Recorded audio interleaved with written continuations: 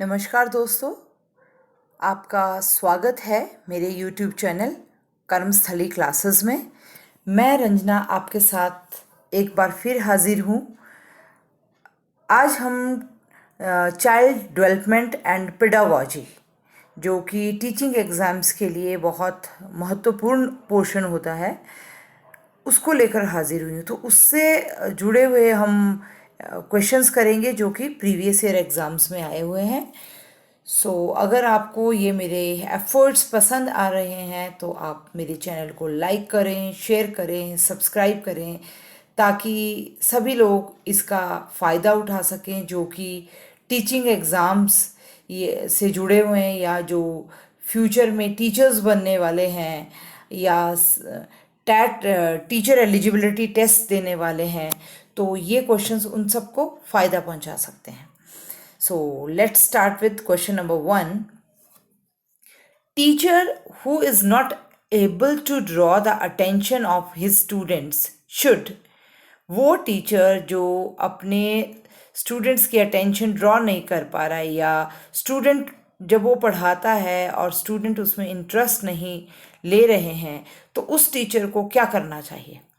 Options are here: evaluate his teaching method and improve it, second, resign from the post, third, find fault in his pupil, D, start dictating। तो इनमें से क्या करना चाहिए? तो answer is that is a, evaluate his teaching method and improve it. तो ऐसे teacher को कोशिश करनी चाहिए कि वो अपने टीचिंग मेथड को इम्प्रूव करे, क्योंकि कहीं ना कहीं उसके टीचिंग मेथड में कोई फॉल्ट है कि स्टूडेंट इंटरेस्ट नहीं ले रहे हैं उसके पढ़ने में, और उसको वो इम्प्रूव करना चाहिए। Then question number 2, dynamic approach to teaching means. जो डायनेमिक अप्रोच है टीचिंग के लिए, क्या मतलब है उसका? हम किसको बोलेंगे कि डायनेमिक अप्रोच है? So options are here: teaching should be forceful and effective, teacher should be energetic and dynamic, topics of teaching should not be static but dynamic, and D is the student should be required to learn through activities। कि teacher जो है ना, teaching should be forceful and effective, कि अगर हम forcefully teach करते हैं तो उसको बोलेंगे हम, या teacher should be energetic and dynamic, की बहुत डायनेमिक अपने आप को चेंज करने वाला टीचर है और बहुत एनर्जेटिक है, उसको कहेंगे। या topic of teaching should not be static but dynamic, कि टीचिंग के टॉपिक जो है वो स्टैटिक नहीं, बहुत डायनेमिक बदलते हुए टॉपिक ले रहे हैं हम। और the student should be required to learn through activities. So answer will be that is D, that is student should be required to learn through activities, कि स्टूडेंट को एक्टिविटीज़ के थ्रू लर्न करना, कि ज़्यादा से ज़्यादा एक्टिविटीज़ में student को इन्वॉल्व करना, या जो भी पढ़ाया जा रहा है वो सब जितना भी हम क्लास में करवा रहे हैं, that should be supplemented with activities. वहाँ एक्टिविटीज़ ऐड होनी चाहिए। तो उस टीचिंग को हम डायनेमिक अप्रोच बोलते हैं, मतलब स्टूडेंट को हैंड ऑन एक्सपीरियंस प्रोवाइड करना है हमें। Then next question number 3, anything can be taught at any stage of development was said by, कि किसी भी स्टेज पे कुछ भी टीच किया जा सकता है, किसी भी डेवलपमेंट स्टेज पे। तो ये किसने कहा है? So options are Albert Bandura, David Ausubel, Jean पियाजे and Jerome Bruner. So answer will be that is D, Jerome Bruner. जो जेरोम ब्रूनर थे एक अमेरिकन साइकोलॉजिस्ट थे, and who has made significant contribution to human cognitive psychology। जो cognitive theories थी वो दी हैं Jerome Bruner ने, and cognitive learning theories in educational psychology। तो वो educational psychology की जो cognitive learning theories थी उनसे जुड़े हुए थे। Okay, then next question number 4, the concept of SUPW was elucidated by। जो SUPW का concept है वो किसने दिया? Adiseshiah committee, Ishwarbhai Patel review committee, Ramamurti committee और संपूर्णानंद कमेटी। सो बताइए, गेस कीजिए, what will be the answer? So answer will be Ishwarbhai Patel review committee, that is B. B will be the answer. तो उन्होंने SUPW का कंसेप्ट दिया। तो SUPW की full form क्या होती है? Socially useful productive work. और ये कब दिया था कॉन्सेप्ट? 1978 में ये स्कूल करिकुलम में ये कॉन्सेप्ट इंट्रोड्यूस कर दिया गया था ईश्वर भाई पटेल रिव्यू कमेटी के द्वारा। Next question, question number 5, I don't care attitude of a student demonstrate his. जो आई डोंट केयर, मुझे कोई परवाह नहीं है, ये कौन सा एटीट्यूड स्टूडेंट का दिखाता है? So options are aggression, aggression मतलब गुस्से वाला, डिफेंस अपने आप को बचाने वाला, डिनायल ना करने वाला, एंड रेट्रोग्रेशन पीछे हटने वाला। So I don't care mean denial, ना करना, so that is denial, that is C answer. Then next, question number 6, tests measure the extent of students learning in a given content area. ऐसा test जो student का learning को measure कर रहा है इन a particular content, तो उस test को हम क्या कहते हैं? तो that is achievement test, aptitude test, diagnostic test and readiness test. तो बताइए क्या बोलेंगे हम कि जहाँ स्टूडेंट ने कितना लर्न किया है उसको हम क्या कहेंगे? हाउ मच लर्न, मतलब स्टूडेंट की अचीवमेंट क्या है? तो दैट इज क्वेश्चन नंबर 6 का ए आंसर है, उसको हम अचीवमेंट टेस्ट है बोलते हैं। तो कॉमन अचीवमेंट टेस्ट जो है, most common achievement test is a standardized test and developed to measure skills and knowledge in a given grade level. So that is achievement test.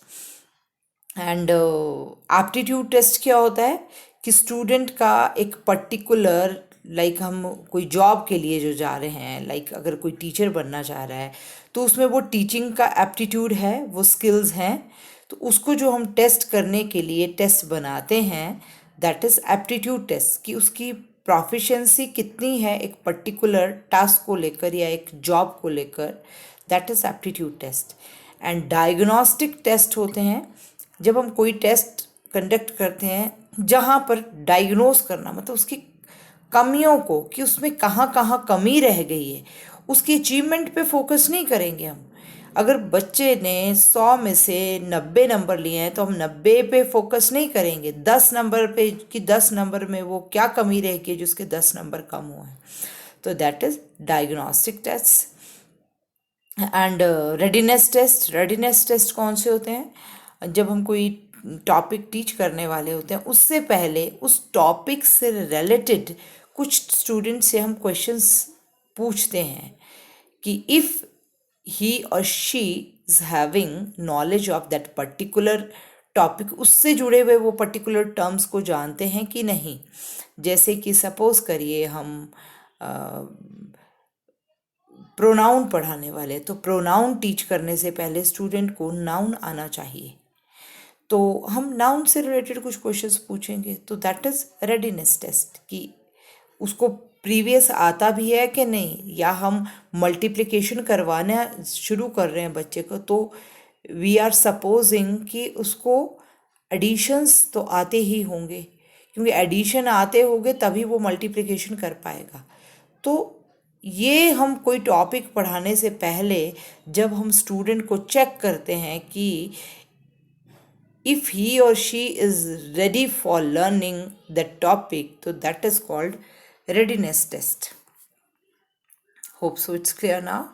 Question number 7, is the degree to which a test measure what it is supposed to measure? कि कोई भी test जो हम measure करना चाहते हैं वो अगर वो मेज़र कर पा रहा है तो उसको हम क्या बोलते हैं? That is options are objectivity, then reliability, validity and usability. तो क्या बोलेंगे हम कि जो हम मेज़र करना चाह रहे हैं वो मेज़र कर पा रहा है कि नहीं, मीन्स वो वैलिड है कि नहीं। तो that is C option, validity. कि जो वैलिडिटी है, it helps to establish if the results obtained meet the requirement of a scientific research method use. कि जो हमने मेथड यूज़ किया है और जो रिजल्ट्स आ रहे हैं, या जो हमने मेथड यूज़ किया है और उसके जो रिजल्ट्स हैं वो हमें मिल रहे हैं कि नहीं। जो जिस चीज़ के लिए हमने वो मेथड अप्लाई किया या जो हमें पर्टिकुलर रिजल्ट्स चाहिए वो आए या नहीं, जो हम मेज़र करना चाह रहे थे वो मेज़र हुआ या नहीं। तो दैट इज़ कॉल्ड वैलिडिटी। और ऑब्जेक्टिविटी, जैसे कि आपने सुना होगा ऑब्जेक्टिव एंड पार्शियल। तो ऑब्जेक्टिव होता है कि जो भी हम टेस्ट बना रहे हैं वो जो हम मेज़र करना चाह रहे हैं वो मेज़र करें, मतलब वो आंसर नहीं आना चाहिए जिसमें कुछ एम्बिग्विटी हो, डबल मीनिंग निकले। तो दैट इज ऑब्जेक्टिविटी। और रिलायबिलिटी क्या होता है, ऐसा कोई टेस्ट जिसको हम कितनी भी बार कंडक्ट करें, टेस्ट रीटेस्ट उसके करें, लेकिन उसके बावजूद भी वो सेम रिजल्ट प्रोवाइड करे, तो दैट इज़ रिलायबिलिटी। कि दैट टेस्ट इज़ रिलायबिलिटी। ऐसा नहीं है कि कुछ टाइम बाद हमने सेम पॉपुलेशन पे, हम डिफरेंट पॉपुलेशन पे कंडक्ट कर रहे हैं वो टेस्ट और उसके नए ही रिजल्ट आए। तो एक पर्टिकुलर पॉपुलेशन है, अगर हम कोई टेस्ट टीचर पे कंडक्ट कर रहे हैं तो कुछ टाइम बाद भी वही रिजल्ट आने चाहिए आफ्टर 1 मंथ और 2 मंथ के गैप पे। तो दैट इज़ रिलायबिलिटी। और यूजेबिलिटी मतलब कोई भी टेस्ट है उसका कितना यूज़ है, यूजेबिलिटी यूज़ से जुड़ा हुआ है कि यूजेबिलिटी उसकी है या नहीं। कोई हम टेस्ट बनाते हैं तो वो यूज़फुल होना चाहिए। Then question number 8, what will be the IQ of a 25 years old boy whose mental age is 16?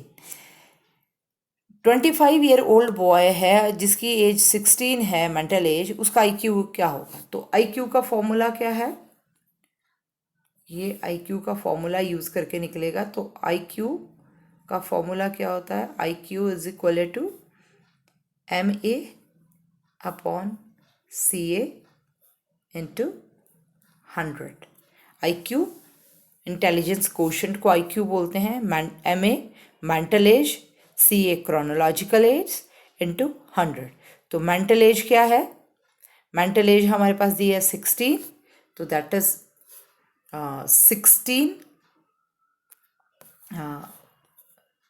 16 and chronological age 25 into 100। So cancellation करिए,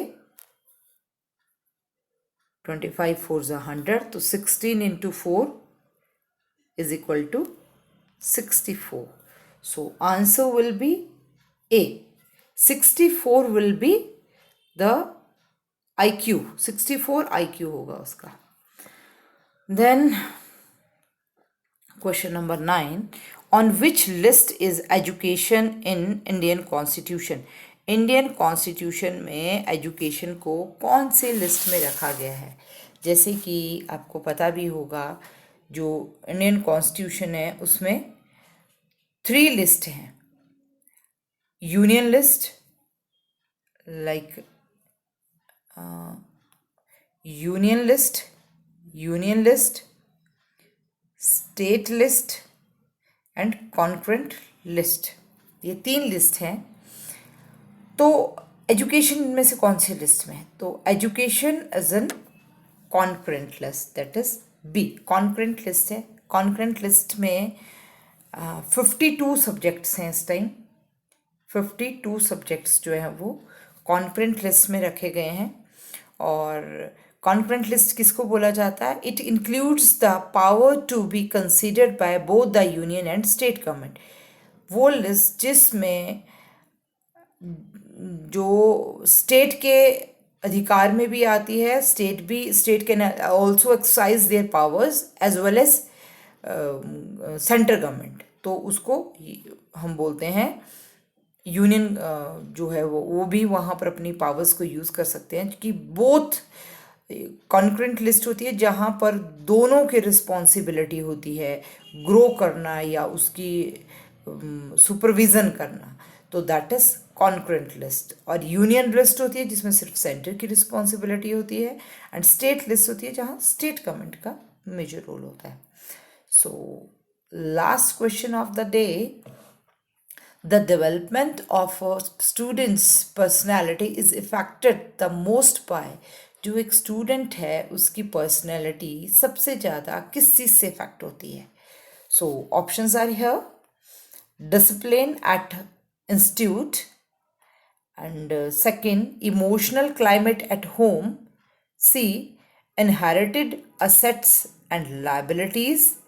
And D, social orientations of peers and elders. So guess करिए क्या answer होगा? So answer will be B, that is emotional climate at home.